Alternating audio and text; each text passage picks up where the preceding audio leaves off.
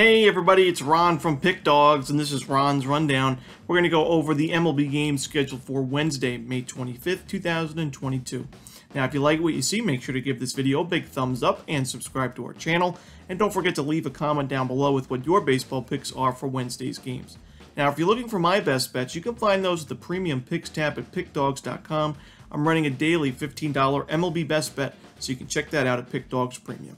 Alrighty, here we go. Here are the games for Wednesday, May 25th. First up, we take a look at the Colorado Rockies taking on the Pittsburgh Pirates. Now, with Zach Thompson on the mound for Pittsburgh, I do think the Rockies struggle offensively. We've mentioned on previous episodes of the Rundown that the Rockies do struggle quite a bit on the road against right-handed pitching. Right now, they're ranked dead last in baseball, 30th in baseball in team OPS against righties when they're on the road, a 528 team OPS on the road against righties. The power numbers are a little bit better, but still 28th in baseball on the road in isolated power against righties. So I like the under in this spot. We've seen Zach Thompson improve a little bit in his last few starts. He struggled quite a bit at the beginning of the season, but now 4.56 xFIP, a 4.4 expected ERA. Not bad for a guy towards the end of this rotation. So I'm going to take the under in this game. I think the Pirates offense has also struggled quite a bit this season. I think another low-scoring game is on tap here. So give me the under in the Rockies Pirates. Next up, we see the Detroit Tigers taking on the Minnesota Twins. We're going to see Ronnie Garcia and Dylan Bundy on the mound for this one. Now, Ronnie Garcia hasn't pitched too much this season, but he has had 5 outings this year, all of them less than 3 innings of work, so we shouldn't expect him to pitch too deep into this ball game. Now, the last 2 outings that Garcia had did concern me quite a bit, as although he's been able to rack up the strikeouts this year, he's also had issues with the home run ball. In his last 2 outings, he went 2 2/3 against the Rays and 2 innings against the Orioles. He did give up a home run in each of those starts. And like I said, he's not going to pitch too deep into this game, so we're going to see a lot of the Tigers' bullpen. And although the Tigers' bullpen ERA hasn't been bad this year, it's still not a great bullpen on paper, and I really wouldn't want to see it for 7, 8 innings. So I do think the Twins' offense has a solid outing here. And Dylan Bundy, although his ERA is at 5.14, you got to look at his advanced numbers: 3.16 expected ERA, 3.7 xFIP. He's gotten a decent amount of strikeouts, 8.04 Ks per 9, not bad by any means. He's limited walks. The home run ball has been a little bit of an issue at times, but he's definitely limited them since last season where he struggled quite a bit with the home run ball. So I do think Bundy pitches well against a really, really weak Tigers lineup. We've seen Detroit struggle offensively all season. Kind of surprising when you see their offseason moves that they brought in guys like Baez. They brought up Spencer Torkelson from the minor leagues, but they're still 29th in baseball in team OPS against right-handed pitching. So I'm going to take the Twins here. They've been good as favorites. They've been good at home. Give me the Twins on the run line. Next up, we see the New York Mets taking on the San Francisco Giants.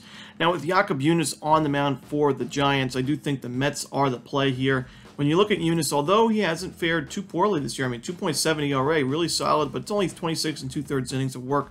The home run ball is usually his biggest kryptonite, and this season we really haven't seen it. Only 1.01 home runs per 9, but his career average at 1.58 tells me he's probably going to give up some more in the next few starts. And the Mets have been really good against righties this season, and we saw him crush the pitching staff for the Giants in the first game of the series.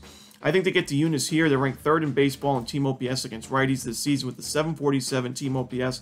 Only the Dodgers and Angels have better numbers there, and I think Junis is in trouble here. So give me the Mets on the money line. In our next game, we see the Los Angeles Dodgers taking on the Washington Nationals.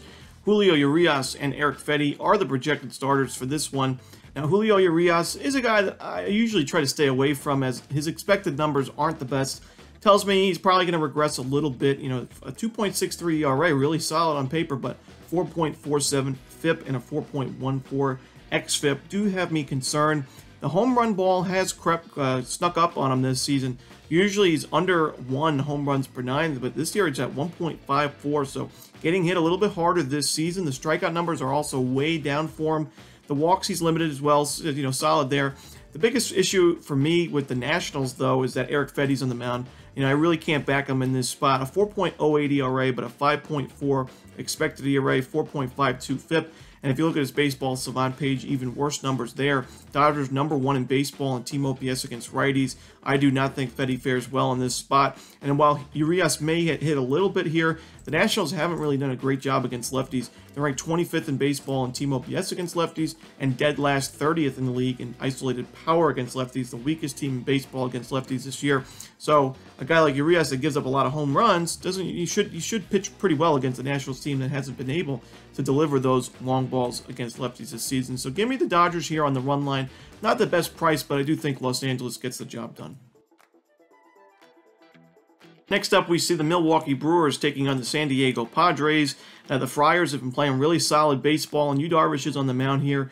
You know, we've seen some of the best and the worst from Darvish this season, but he still has a 3.91 ERA and a 4-1 record overall this year. Strikeout numbers are down for him, which does concern me a little bit, but the walks have really been limited by him.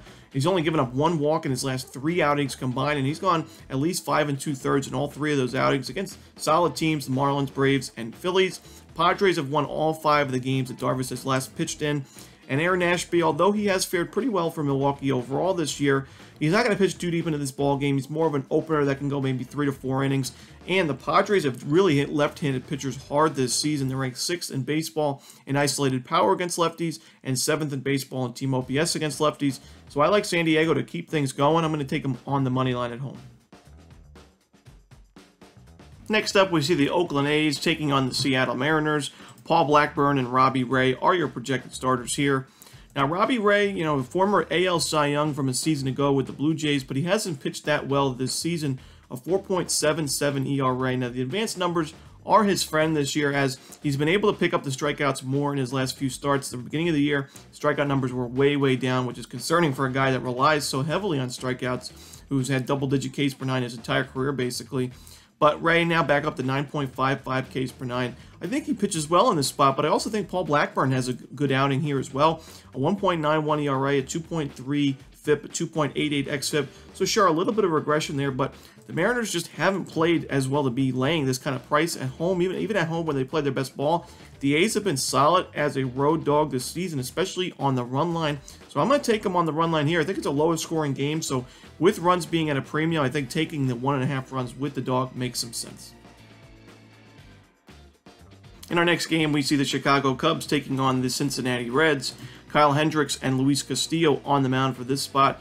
Now, I think Luis Castillo is the better starter here. You know, Kyle Hendricks, I've mentioned this year and in years past that he is not a very good pitcher on the road this year. We even saw him struggle at Wrigley Field in his last outing where he gave up 4 home runs. Now, the wind was blowing way out in that game at Wrigley Field, so I don't expect we see those kind of numbers the rest of the season from Hendricks, but it is still concerning to see him give up 7 earned runs, 8 hits, 4 homers to the Diamondbacks, a pretty weak lineup, and you are pitching at a hitters-friendly park here at Great American. I think the Reds get to Hendricks here, and Castillo, like I mentioned, I think he is the better option. We haven't seen a lot from him this season, but his last outing was a good one against the Blue Jays. 6 innings, 2 earned runs, and 5 strikeouts, no walks allowed, no home runs allowed. The Reds didn't win that game, but I still think Castillo gives him a win in this spot, so give me the Reds on the money line. Next up, we see the Miami Marlins taking on the Tampa Bay Rays. Trevor Rogers and Drew Rasmussen are your starters.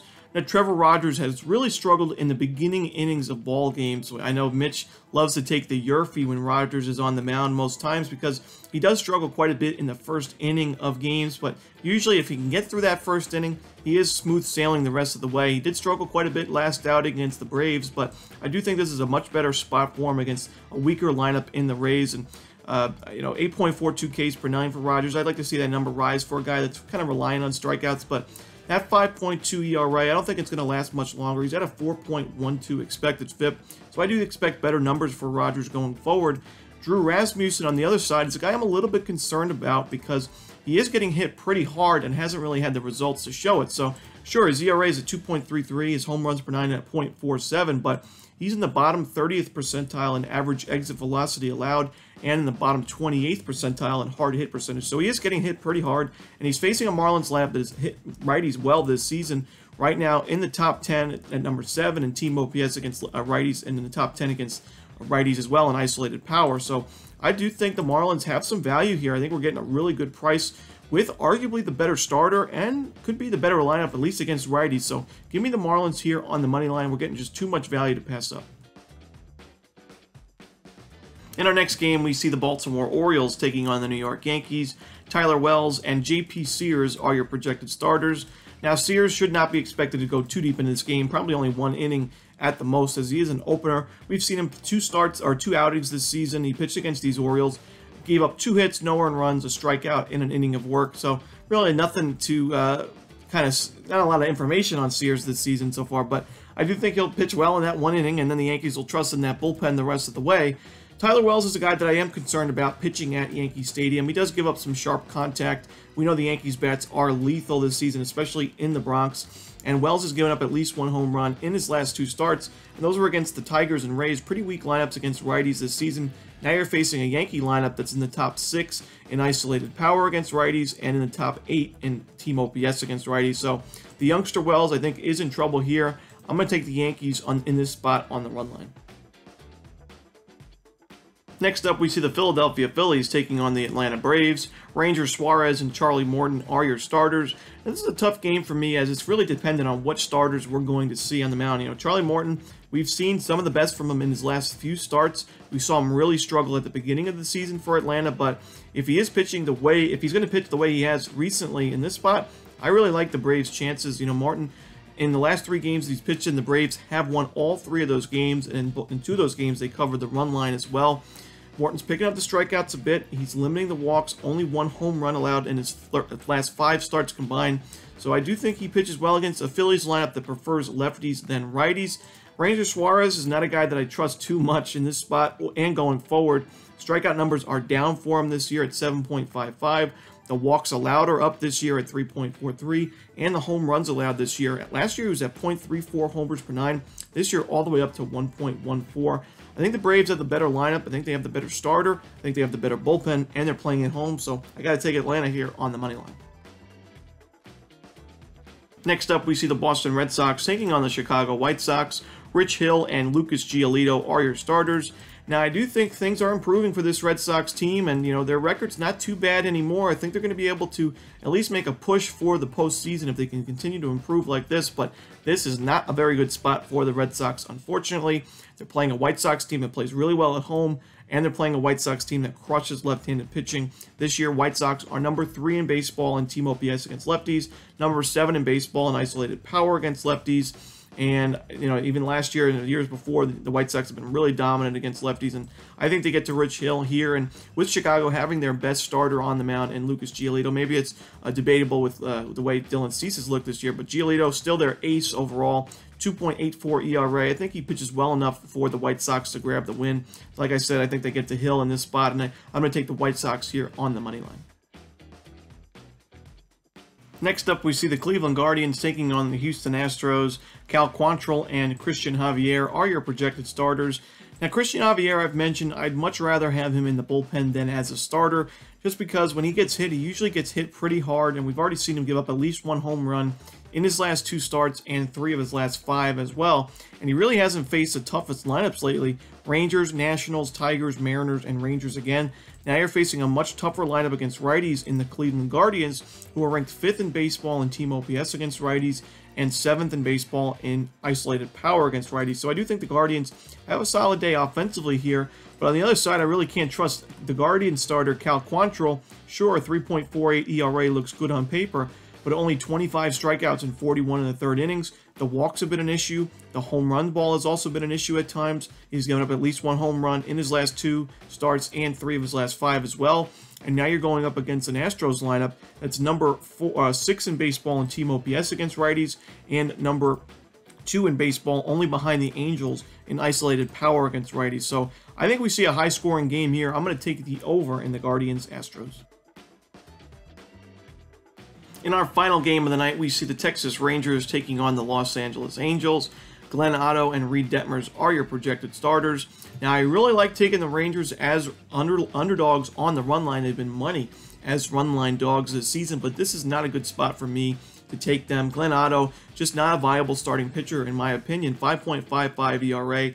He's had issues with the walks and the home runs this year, giving up at least 1 home run in 3 of his last 4 starts and 4 home runs combined in those starts as well. He's given up 15 base hits and 10 earned runs in his last 10 innings combined, 7 walks as well in those outings. In both of those games, the Rangers got blown out 11-3 to the Red Sox and 5-1 to the Astros. And you're facing an Angels lineup that has been money against righties this season. Number 1 in baseball in isolated power against righties. Number 2 in baseball in team OPS against righties. You know, I think Reed Detmers has some regression in his game. The strikeout numbers are a little bit low for me, but I think he's good enough here for the Angels to win and cover the run line as well. So I'm going to take the Angels here on the run line, try to get a better price with the Halos in this one. And that's it. Those are the games for Wednesday, May 25th. Hope you enjoyed this video. If you did, don't forget to hit that like button and subscribe. And don't forget to leave your baseball picks in the comment section below. Again, if you're looking for my best bets, you can find those at Pick Dawgz Premium. As always, this is Ron Romanelli. Good luck.